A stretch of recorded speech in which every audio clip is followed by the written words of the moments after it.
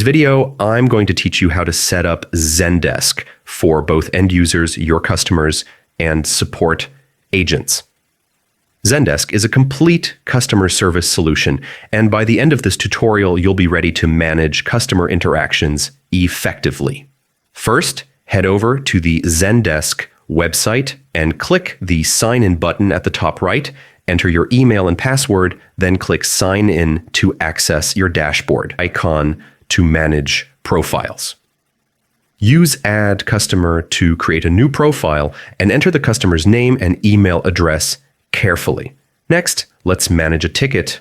Click plus New Ticket, assign it to the right support agent, and fill in tags, type, and priority to keep things organized. Add a clear subject line and a helpful public reply for the customer, and that's it. In just a few clicks, you've set up support requests efficiently. Make the most of these features to streamline communication and provide top-notch support. In today's video,